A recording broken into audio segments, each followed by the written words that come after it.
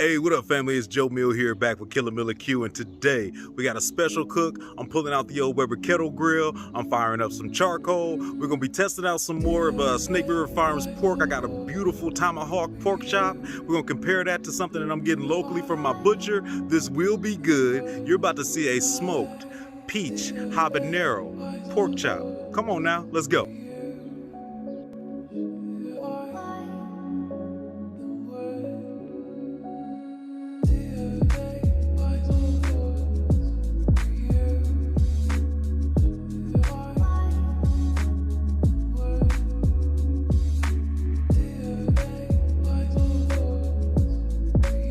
So here's today's meat, all right? That sounds horrible, but anyway, here we go. This go to pork chops we're gonna be working with today.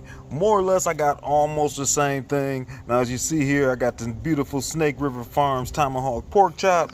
I mean, this baby is small, but it is cute. I mean, really, it's just inside of just about 11 ounces. I mean, you do got a little bit of bone on here. They got it Frenched up pretty nice, but even through the package, I can definitely see that it's got some good marbling in there. This is definitely a good looking pork chop. If you remember, we did the video before where we were trying to check out some Snake River Farms pork, see if we thought it was worth it. Had it against some basic pork that I was able to get from my butcher. While I didn't necessarily already have a tomahawk pork chop in there, they was basically able to give me a nice center cut pork chop that was a little bit thicker, French to bone a little bit. It'll be something that we can at least stand next to it. We'll see what it look like. Let me get these babies out the package. I'll show you what they look like side by side.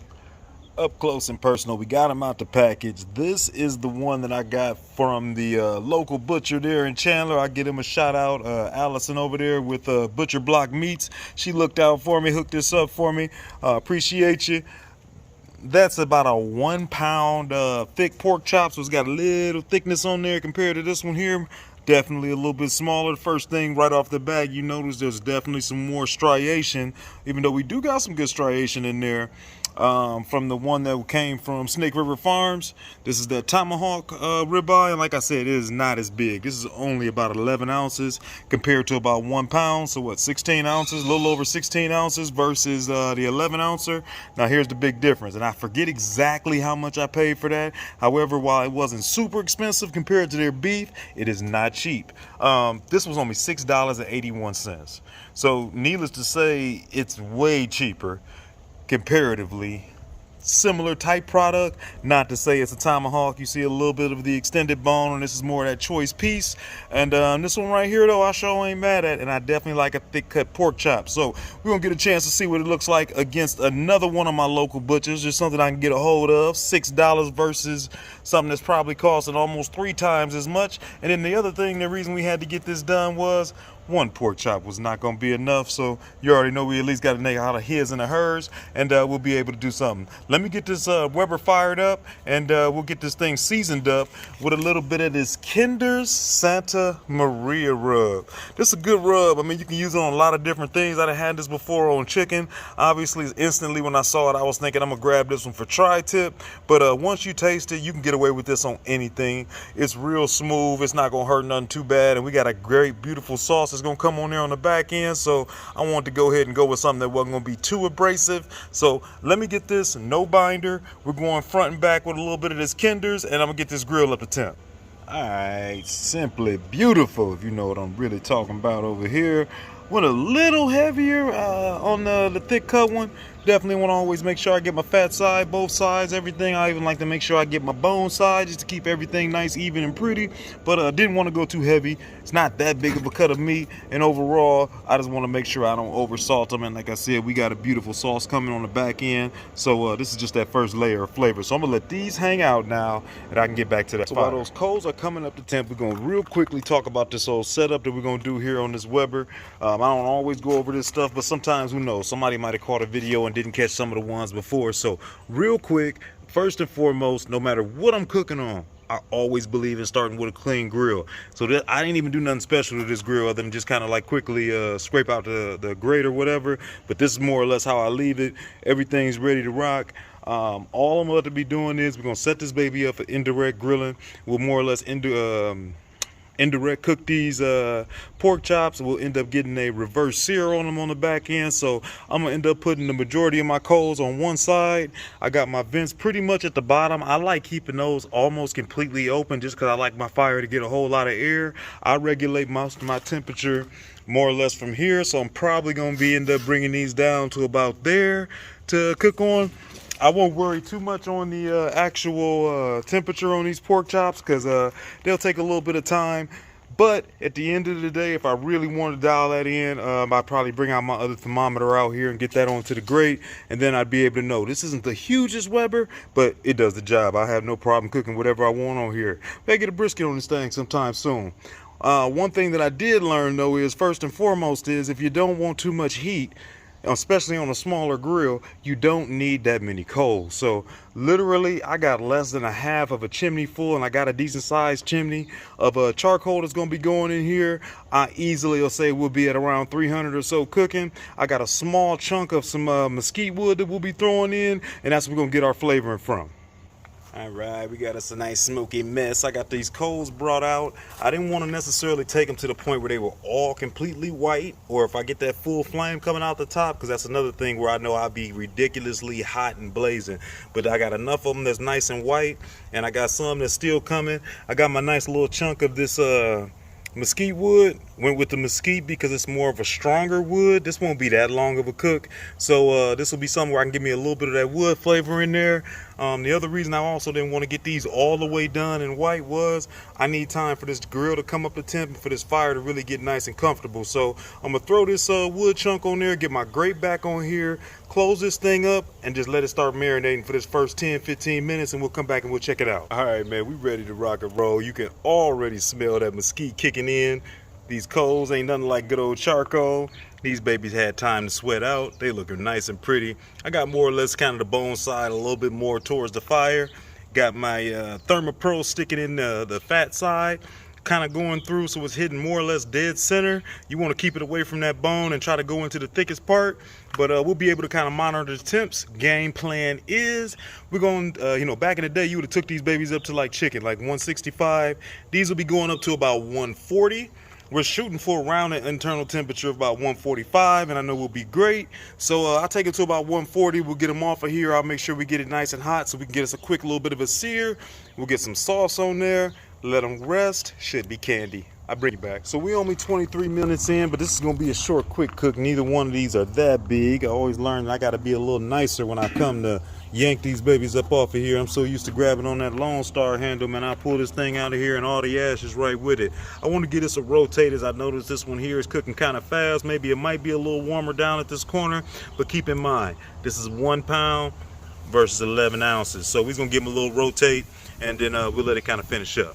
Hey, I want to jump in here real quick, team, and let you know I appreciate you following along on today's cook. If you're new to the channel, get to that bottom right corner. Make sure that you subscribe. Check out some of the other cooks that you've missed. For everybody else that's been here, I appreciate y'all. Make sure that you check out the comments below. Check out my link tree and follow me at any social site that you haven't already. Let's get back to the work, okay? And then while I got them switched around, I'm just gonna get them and just hit them with just a little bit of moisture. Nothing too crazy. A little apple cider vinegar and water, 50-50 mix, just to give them a little bit of moisture and keep them nice and pretty. I'm getting some nice color. Let me close this thing up quick fast. Ooh, we smoking smooth now. You know, I ain't even look at the time. I was too caught up on my temperature here. I got to get my little homie up off. Put that now down. Little homie is at 142. This one here is at 139. Almost time, baby. Might be able to go ahead and get both of y'all up off of here, and then we're gonna pile them up, get them nice and hot, and we're gonna get y'all up off of here to get seared. So here we go. These babies up off of here. I'm letting that temp get up nice and high. It's the early looks. I like the color that we got over here on this Snake River Farm, when they got that nice little pretty reddish color to it. But these both holding strong. We about to get that sear game going real quick, get just a little bit more color on them, and then we're gonna finish these puppies off. Man, I love it, I love it, I love it. We're going with that first side down. That's the side you haven't seen already. Got them nice little pretty lines on there. Look at that beautiful color. These babies is glowing. They smell great. That Santa Maria seasoning from Kinder's, I already know is a winner. I've used it before. But I'm close to my minute, and then we're going to get these puppies flipped. Oh yeah, we got us a little flame. Get up out that flame. You ain't going to get mine. Oh yeah. Now we got us some char. That's what I'm talking about. Let's get you flipped. You take some of that flame. You looking all pale over there. We almost where you want to be. I'm going to get this thing off of here and get the glaze. Beautiful. Let me get in there close. Hopefully my phone don't get shut off. Beautiful char. A little baby char on that side. I don't want to go too hard on him. He got some more cooking time. He's getting that little top side. Look at that Snake River Farms. Man, it's got that color. All right, let me get this off of here. Man, these babies is juicy. Look at this. Look at this. Beautiful color. You can see them sheening. Moisture already coming up off of here on my plate as I'm just bringing these babies in or over to get a little bit of the sauce on here. So I told you I had me a fun little sauce so we can check these babies out. I know I should be tasting that Snake River Farms with some light flavor on there and everything and seeing what it's gonna do, but I'm in the mood for a little something with a twist, in the mood for a little bit of a kick. So I'm going to one of my old favorites. Dealing with my man my man Cosmo over here with this peach habanero rub. You should already know something like that, sweet with a little bit of heat, is gonna go great on some chops. So I'm looking forward to this. I do like this sauce because it don't got a whole lot in there. Like as you see, it says it's made with real sugar and it's junk free. I love trying to find stuff like that that doesn't got a whole lot of added stuff in there. I mean, obviously, you know, we having us a little fun. We breaking the diet from my normally weekly process, but I don't need to necessarily break the bank just because I'm gonna break the diet today. So I'm about to get these babies nice and glazed up. We're gonna get them over there on the side just for a second because there is some sugar in this sauce and it's pretty sweet, so they won't need long. I just want to tack up. Man, I tell you what, this sauce is amazing. And I've been sleeping because I done had this one for a minute and I haven't been using it. But you see, we still got all our beautiful looking crust under there. Got that beautiful goldness. I always hit them bones so they can get a little bit on there too. We're going to get us just a couple minutes. Nothing too crazy. Don't get too close to that fire. And by now, my coals aren't that hot. Hopefully yours aren't that hot because you will burn up your meat at the end by going too hot with all this nice sweet glaze. This is gonna be nice and sticky. I'm just giving it a second to adhere to the meat, and then we're gonna get this up off of here, let it sit, and I cannot wait to taste these. So here we go. Snake River Farm, show yourself. Still like the color of that little thing, and it's got a nice little tight bone, but it had that nice little reddish color to it. Can't wait to take a bite out of that thing. Then I got that thick cut, beautiful center cut pork chop over here. Got some good char on it as well.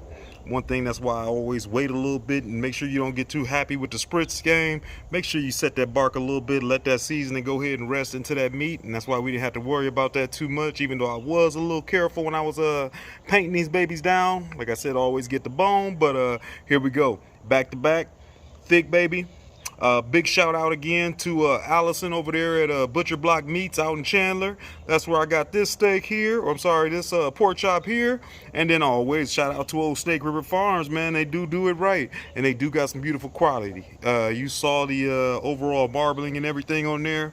Only one thing left to do.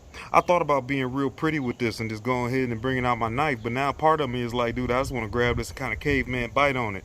Let me I'll be nice. I cut it. Hold on. All right, so I thought about it. I even went and grabbed a knife.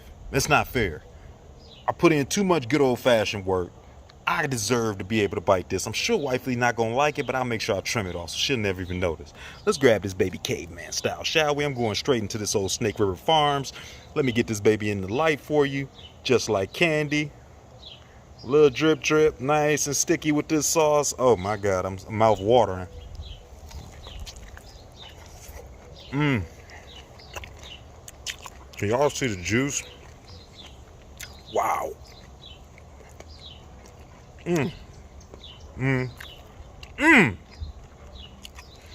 Man, you can taste that smoke. Nice and sticky, just a little something on your hands where you can finish that off. Beautiful bite out of there. Snake River Farms. I ain't mad at that. All right, I know I'm smacking in your ear, so forgive me. Now, got it. Look at this, baby. You can see all that juice already. Just, oh, come on, man.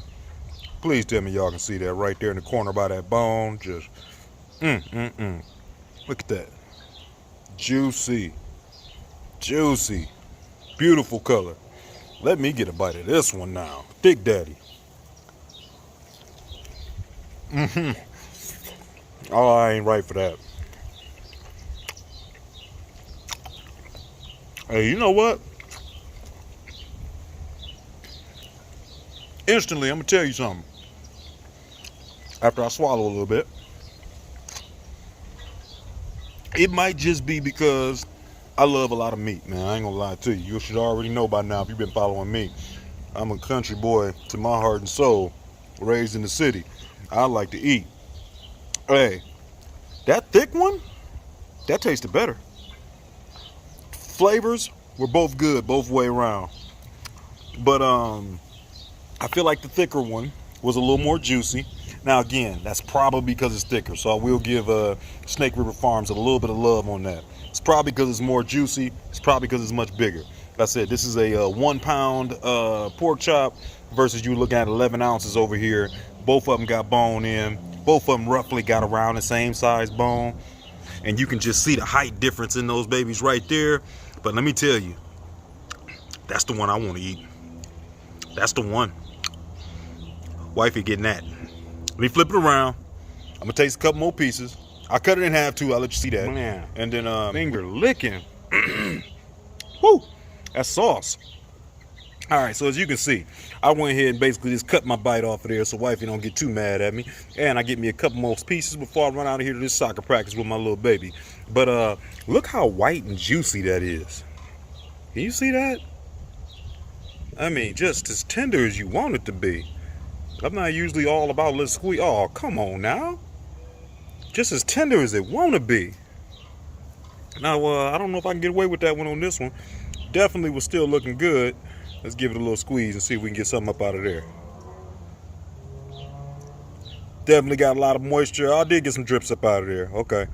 But you seen how much more easier it was for that to just start giving it away. Now, again, much thicker piece. But, I mean, if you can just look at that whiteness on there. Almost like it's a piece of fish or something sitting over there or some chicken. That baby's something special. I'm liking that thick cut. All right, so once again, we got that thing done. So all in all, that was roughly an hour-long cook, pretty quick. I think it took about 42 minutes before I had both of these at about 140 degrees. From there, we went and did sear on both sides, along with on the thick one, I want to do the side as well. I like to do that 1 minute on each side. That way I make sure I don't mess around, burn my meat up, because I would be pissed if you came that far and then you mess around and burn it up trying to give yourself a char. I don't want that much char. So I like doing 1 minute, then flip it, give it 1 minute, or at least at the 1 minute mark, get a little bit of peak. If it don't look like it's quite ready, you can leave it, but at least every minute I take a peek at it, even if it's a direct flame hitting it. At about a minute, you'll probably be able to get it up out of there and flip it over, and it'll end up looking exactly like you wanted to, just like at the restaurant. So that's more or less what we did with that. As far as the seasoning, which I left my seasoning in there, Kinder's always does a beautiful job. Had that Santa Maria mix on that Kinder's. I haven't had a bad Kinder's mix yet, and I had to slow down because I find myself wanting to buy one every time I go into Costco or go into Sam's Club. They always got something good, flavor-wise, and always something that makes me think. But that one I had been sitting on. First time I actually got to try it on some pork chops. Definitely loved it. It's real smooth. It's almost in that SPG type range as far as the flavors ain't gonna necessarily hurt you, and I could probably put that literally on anything. Steak, chicken, fish, you name it. I've done it on fish. You name it, across the board. First time, now we got it on some pork. You'll be good no matter what using that one. Now that Cosmos Peach Habanero, I really, really, really like that sauce. Super smooth, got a nice little bit of kick on there on the back end, but at the end of the day, didn't have a whole lot of those fillers and some of that other nasty stuff that you don't necessarily need in your diet, but definitely did a good job of bringing out some of this flavor on this pork. So now, we get into the actual talking about this meat. We got that Snake River Farms Tomahawk. And then we got the center cut thick pork chop that I got from Butcher Block Meats out in Chandler. Again, shout out to my girl Allison that hooked me up with this. She went ahead, French the bones, gave me a little something. Also, if I wanted to, I could get that exact tomahawk in, but it would have took a little bit of time. But I thought this would be interesting to do, not because of the fact it was the exact same piece of meat, but once again, this is going with the high end, going with a tomahawk. You know that's supposed to be the best of the best, compared to me going to the butcher, getting a thick cut center pork chop, and basically cooking it the exact same way. This was $6.48. I got a pound of meat over here from the butcher, where I got an 11-ounce tomahawk from Snake River Farms. While I don't still have all my prices and everything in front of me, roughly this was probably about 3 times more than what I got from the butcher. As you got from my instant results, this thick cut pork chop was fire. This is definitely the one that I would have to choose over the two. Now, first thing that I will say in Snake River Farms defense, because this one was fire too, and it definitely had some beautiful marbling when I was getting going, this was not a fair test. I mean, whenever you compare a nice thick cut of steak compared to a thinner cut of steak, a lot of times, flavor-wise, juicy-wise, you're just not going to be able to compare the two. So I'm not surprised that this one had that much more juice to drip out of it, being that it was a thick cut compared to this one here. Even though they were both cooked to the same temperature, so that doesn't mean that this one couldn't still be juicy, and it was juicy. But technically, I do understand it wasn't exactly apples to apples. However, going back to what I just said, it does show me, though, that at a fraction of the price, I can come out of here with a nice thick cut pork chop, and it's not as pretty, and it's not Snake River Farms, but damn it, it was pretty damn good. So, once again, we got another one done. I'm always out here trying to test something in the backyard along with Feed the Family, so it's always cool when y'all follow along with me. Big shout out to some of my guys over there at Black Smoke Barbecue. I know I always mention them. Keep an eye out and be putting up some of our podcasts that we got going, talking about a lot of really good conversations revolving around barbecue, life, being fathers, being men, whole 9 yards, always a good thing. Big shout out to my family, like always, as always supporting me. You always see them around. And also, big shout out to you for watching this video. Make sure you check out next week. You know we're going to bring it back. I'm about to dive in. I'm going for my thick one first. But other than that, peace.